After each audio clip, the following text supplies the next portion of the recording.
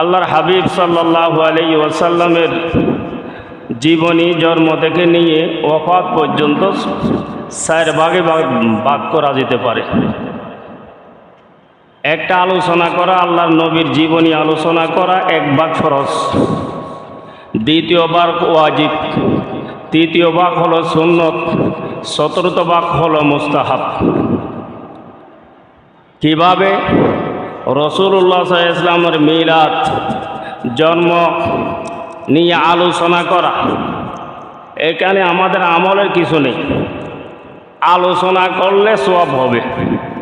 যেমন রাসূলুল্লাহ সাল্লাল্লাহু আলাইহি ওয়াসাল্লাম মুফতি সাহেব হুজুর বলছেন নার কাটা অবস্থায় আসছে, খতনা অবস্থায় আসছে। দুনিয়াতে আসার সময় অন্যান্য মা থেকে ব্লাড বের হয়, আল্লাহ নবী দুনিয়া আসার সময় আম্মা জান আমেনা থেকে ব্লাড বের হয় নাই। দুনিয়ার ছেলেরা দুনিয়াতে আসার পর দুনিয়ার খোঁজখবর রাখে না। আমার নবী দুনিয়াতে আসার সাথে সাথে সজিদায় অবস্থায় আসছে এবং শাহাদত আঙ্গুলিকে আসমানের দিকে তুলিয়ে দিয়েছিলেন। এটা কি আপনাদের আমাদের দ্বারা কারো সম্ভব? আমরা কি আবার মায়ের পেটে গিয়ে জন্মগ্রহণ করতে পারবো? এগুলি আমাদের জন্য আমল করার কিছু নেই। আল্লাহর হাবিব সাল্লাল্লাহু আলাইহি ওয়াসাল্লামের 40 বছরের জীবনী হলো এটা নবুয়তের দলিল স্বরূপ। এগুলি আলোচনা করা মুস্তাহাব, কারণ এখানে আমাদের আমলের কিছু নেই। আর কিছু আমল আল্লাহর নবীর জীবনী আলোচনা করা ফরজ, যেন ঈমান, নামাজ, রোজা, হজ, যাকাত, এইগুলি রাসূলুল্লাহ সাল্লাল্লাহু আলাইহি ওয়াসাল্লামের জীবনী। আল্লাহর হাবিব সাল্লাল্লাহু আলাইহি ওয়াসাল্লাম ইরশাদ করেন, সল্লু কামা রাআইতুমুনি উসাল্লি, আমার উম্মত আমি যেভাবে নামাজ পড়ি তোমরা সেভাবে নামাজ পড়ো। নবীর আদর্শ, নবীর যেই ডক সেই ডকে আমাদেরকে নামাজ পড়তে হবে, এটা ফরজ। এটা আমরা শিখা বলা সবার উপর ফরজ। নামাজ সব মুসলমানের উপর ফরজ। নবীর এইগুলি এই আদর্শ এটা আলোচনা করেও ফরজ। আল্লাহর হাবিব সাল্লাল্লাহু আলাইহি ওয়াসাল্লাম বলেন, জানাজার নামাজ কিভাবে পড়বা, ঈদের নামাজ কিভাবে পড়বে। ঈদের নামাজ সমস্ত মুসলমানের উপর ওয়াজিব। তাহলে ওয়াজিব মশালাগুলি আলোচনা করাও উম্মতের জন্য ওয়াজিব, জানাও ওয়াজিব। রাসূলুল্লাহ সাল্লাল্লাহু আলাইহি ওয়াসাল্লাম তাহাজ্জুদের নামাজ পড়েছে, নফল ইবাদত করেছে, এগুলি কিভাবে করেছেন এটা উম্মতের জন্য জানা, আলোচনা করা সুন্নত। আর মিলাদ বয়ান করা এগুলি হলো মুস্তাহাব। এই 4 ভাগে বিভক্ত রাসূলুল্লাহ সাল্লাল্লাহু আলাইহি ওয়াসাল্লামের জীবনী। আমরা আসরের পর থেকে এ পর্যন্ত যে আলোচনা শুনলাম, এই আলোচনার ভিতর দিয়ে আপনার আমার লাভ হবে কবে? আল্লাহ নবী বলেন সর্বপ্রথম আমাকে মহব্বত করতে হবে। আল্লাহ পাক বলেন, কুল ইন কুনতুম তুহিব্বুনাল্লাহ ফাত্তাবিউনি ইউহিব্বুকুমুল্লাহ। নবী, আমি আল্লাহকে মহব্বত করতে হবে, তোমাকে মহব্বত করতে হবে। আমার বন্দারা যদি আমরা দুইজনকে মহব্বত করে তাদেরকে আমি বন্দা হিসেবে কবুল করব, আর আপনি নবী তাদেরকে উম্মত হিসেবে কবুল করবেন।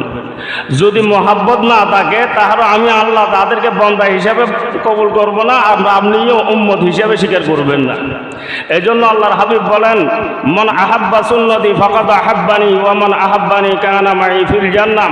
1600 বছর পরে এসে আমরা তো নবীকে পাইতেছি না, এখন নবীকে মহব্বত করব কিভাবে? আল্লাহর হাবিব প্রথমে আমাদের ব্যাপারে মহব্বত, আমাদের জন্য কতদূর মহব্বত সেটা একটু আগে জানি। উনি যদি আমাদেরকে মহব্বত না করে আমরা ওনাকে মহব্বত করব কেন? আর যদি উনি আমাদেরকে সবচাইতে বেশি মহব্বত করে তাহলে আমরা মহব্বত করব না কেন? আল্লাহর হাবিব সাল্লাল্লাহু আলাইহি ওয়াসাল্লাম অনেক ঘটনা আছে উম্মতের মহব্বত সম্পর্কে। এর মধ্যে যখন ওয়াফাতের সময় দুনিয়া থেকে বিদায় নিবে, আমরা যখন মৃত্যুবরণ করে আজরাইল আসে। কে আসে? আমাদের জান কবজ করে কে? আজরাইল। আর রাসূলুল্লাহ সাল্লাল্লাহু আলাইহি ওয়াসাল্লামের যখন ওয়াফাতের সময় আসলো, আজরাইল একা আসে নাই।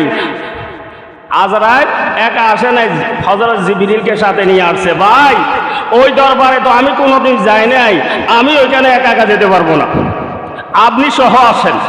কারণ আপনি তো আসা যাওয়ায় আছেন, আপনার সাথেও সম্পর্ক আছে, আপনি যাইতে পারবেন, আর আমি তো একা একা যাইতে পারবো না। আল্লাহ वही है अहले दिलबर, वही है अल्लाह का बंदा, वही है अहले दिलबर, वही है अल्लाह का बंदा, कि जिसकी हर नफ्स से यार मोहम्मद की सदा निकले।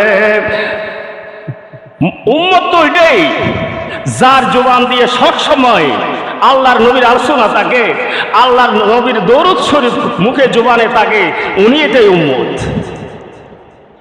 রুবুবিয়ত খুদা কা হে জহাঁ তক, নবুয়ত মুস্তাফা কা হে ওয়াহা তক। সমস্ত নবীল আঞ্চলিক নবী ছিল, আমাদের নবী আন্তর্জাতিক নবী, আসমানেরও নবী, জবিনের নবী, আসমানের উপর নবী, জবিনের নিচেরও নবী। তাই এই আলোচনার ভিতর দিয়ে আমাদের করণীয়টা কি? বলছিলাম রসুলের মোহাব্বত আমাদের জন্য কত দূর। জিবরিল আর হযরত আজরাইল দুজন আসলেন, আসার পর জিবরিল আজরাইলকে বলে, আজরাইল কার কাছে আসে জানো? কয় জানি। তো কি করে ঢুকতে হবে? কয় বলেন না। কয় আমিও সালাম দিয়ে ঢুকবো, তুমিও সালাম দিয়ে ঢুকবো, কিন্তু তুমি আগে ঢুকার অনুমতি নেই, তুমি দরজার বাইরে থাকবা, আর আমি যখন বলবো আসো তখন আসবা।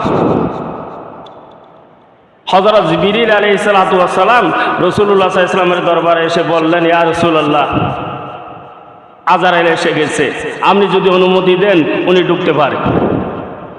সুবহানাল্লাহ বলবেন না একটু? আমাদের থেকে কি এরকম অনুমতি নেয় নাকি আজরাইল? পথের মধ্যে না, গাড়ির তলে যেখানে হাল করতেছে, শ্বাস করতেছে, ওইখানে বজ্রপাতে এমনি তেমনি রোডে ঘাটে এমনি মরতেছে, অনুমতি নেয় নাকি? অনুমতি নিতেছে। আল্লাহর হাবিব সাল্লাল্লাহু আলাইহি ওয়াসাল্লাম বলেন, জিবরিল, আল্লাহ আমার সাথে দেখা করবে, আমি আল্লাহর সাথে দেখা করবো, এটা আমার মনেও চায়, কিন্তু একটা কথা না বলে আমি পারতেছি না। আমার উম্মতের রাহাবার ছিলাম আমি দুনিয়া থেকে যাওয়ার পর আমার এই উম্মত কার হাতে ছেড়ে দিব, এটা আগে আল্লাহ থেকে জিজ্ঞেস করে আসে।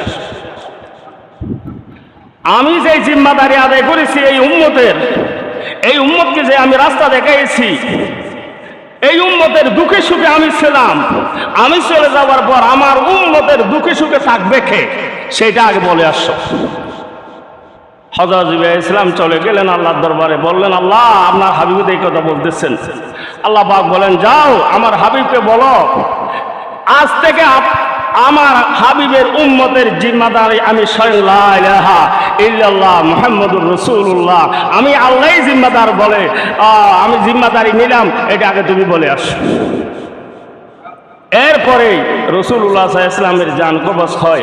বলতেছিলাম এই নবী দুনিয়া থেকে যাওয়ার সময়ও আপনার কথা আমার কথা বলে নেই, এবং আল্লাহর হাতে জিম্মাদারি দিয়ে দুনিয়া থেকে বিদায় নিয়েছেন। ওই নবীর আদর্শ আমাদের ভিতরে নেই, আছে নাকি? সিরত অর্থ আদর্শ, আমার মাথা থেকে পা পর্যন্ত রসুলের আদর্শ। আমি একজন মানুষ মারা গেলেন, দাড়ি নেই, কবরে যাওয়ার পর সর্বপ্রথম কার সাথে দেখা? রসুলের সাথে। মনকে নবীর আসবে তো। এরপরে 3 নম্বর সোয়ালের মধ্যে আমার রব্বুক ওয়া মা দীনুক ওয়া মান কি নাম ওয়ামান বুইসাল্লাযী ফীকুম ওয়ামান হাযা রাজুলু বুইসা ফীকুম, উনি কে? সর্বপ্রথম আপনার নবীর সাথে আপনার দেখা হবে। যদি আপনার চেহারার ভিতরে নবীর আদর্শতা থাকে, আপনার নবীর দাড়ি ছিল, আমারও যদি দাড়ি থাকে, নবীর নূরের চেহারায় নূর ছিল, আমলের কারণে আমার চেহারায় যদি নূর থাকে, সাথে সাথে দেখার পরে আপনি আল্লাহ নবী বলবেন এটা আমার উম্মত, আপনিও বলে দিতে পারবেন এটা আমার নবী। আর যদি আপনি আপনার আল্লাহর নবীর সুন্নত ছাড়া কবরে যান, তো আল্লাহর নবী যখন আপনার চেহারা তো দেখবে আপনার আল্লাহর নবীর সুন্নত আপনার চেহারা নাই। যদি আল্লাহর নবী আল্লাহ না করুক চেহারা ফিরে নিয়ে আপনার উভয় কি হবে? আমাদের সিরতের উদ্দেশ্য হলো এই, আমার 3.5 হাত বডির ভিতরে আল্লাহর নবীর সুন্নতকে ফিট করে যে আদর্শগুলি বলা হয়েছে, আমার ঘুম থেকে উঠার পর থেকে নিয়ে আবার রাত্রে ঘুম যাওয়ার আগ পর্যন্ত আমার এই 24 ঘন্টা সময় সব কিছুর ভিতরে আল্লাহ নবী সুন্নত আছে কিনা? রাস্তায় হাঁটার মধ্যে রসুলের সুন্নত, খাবারের মধ্যে রসুলের সুন্নত, ঘুমার মধ্যে রসুলের সুন্নত, পেশাব পায়খানায় রসুলের সুন্নত, একজন আরেকজনের সাথে দেখা হলে রসুলের সুন্নত, সব কিছু আমি যদি আমার শরীরে ফিট করতে পারি, দেখবেন আপনাকে কবরে রাখার সাথে সাথে এই আসমানের আলু থেকে আপনার শরীরের থেকে আলু বের হবে। আল্লাহ নবী আপনাকে দেখেই বুঝে ফেলবে যে এটা আমার উম্মত। আপনিও নবীকে দেখে চিনতে পারবেন এটা আমার নবী। এই জবাব দেওয়ার পরে আপনার কবরের জন্য আল্লাহ পাকের পক্ষ থেকে হুকুম আসবে, আফরিসুহু মিনাল জান্নাহ ওয়া আলবিসুহু মিনাল জান্নাহ ওয়াফতাহু লাহু বাবান ইলাল জান্নাহ। আমার বান্দাকে জান্নাতের পোশাক বিছিয়ে দাও, জান্নাতের দিকে দরজা খুলে দাও, জান্নাতের বিছানা বিছিয়ে দাও। এর যদি না হয়, এর বিপরীত যদি হয়, আল্লাহ মাফ করুক ওগুলি দেখে। যে আলোচনা হয়েছে এই আলোচনা মতে আমাদের জীবন গটার মতো তৌফিক আল্লাহ তাআলা আমাদের সবাইকে দান করুক। যারা মেহনত করেছেন এই মাহফিলের জন্য তাদেরকে আল্লাহ তাআলা তাদের মেহনতকে কবুল করুক। আমরা যারা এসেছি এই সবার জন্য যেন আল্লাহ তাআলা এই সিরাত মাহফিলকে কাল কিয়ামতের ময়দানে লক্ষ নবীর উম্মতের সামনে আল্লাহ গোসায় অবস্থায় থাকবে সেই সময় নেজাতের উসিলা বানিয়ে দেন।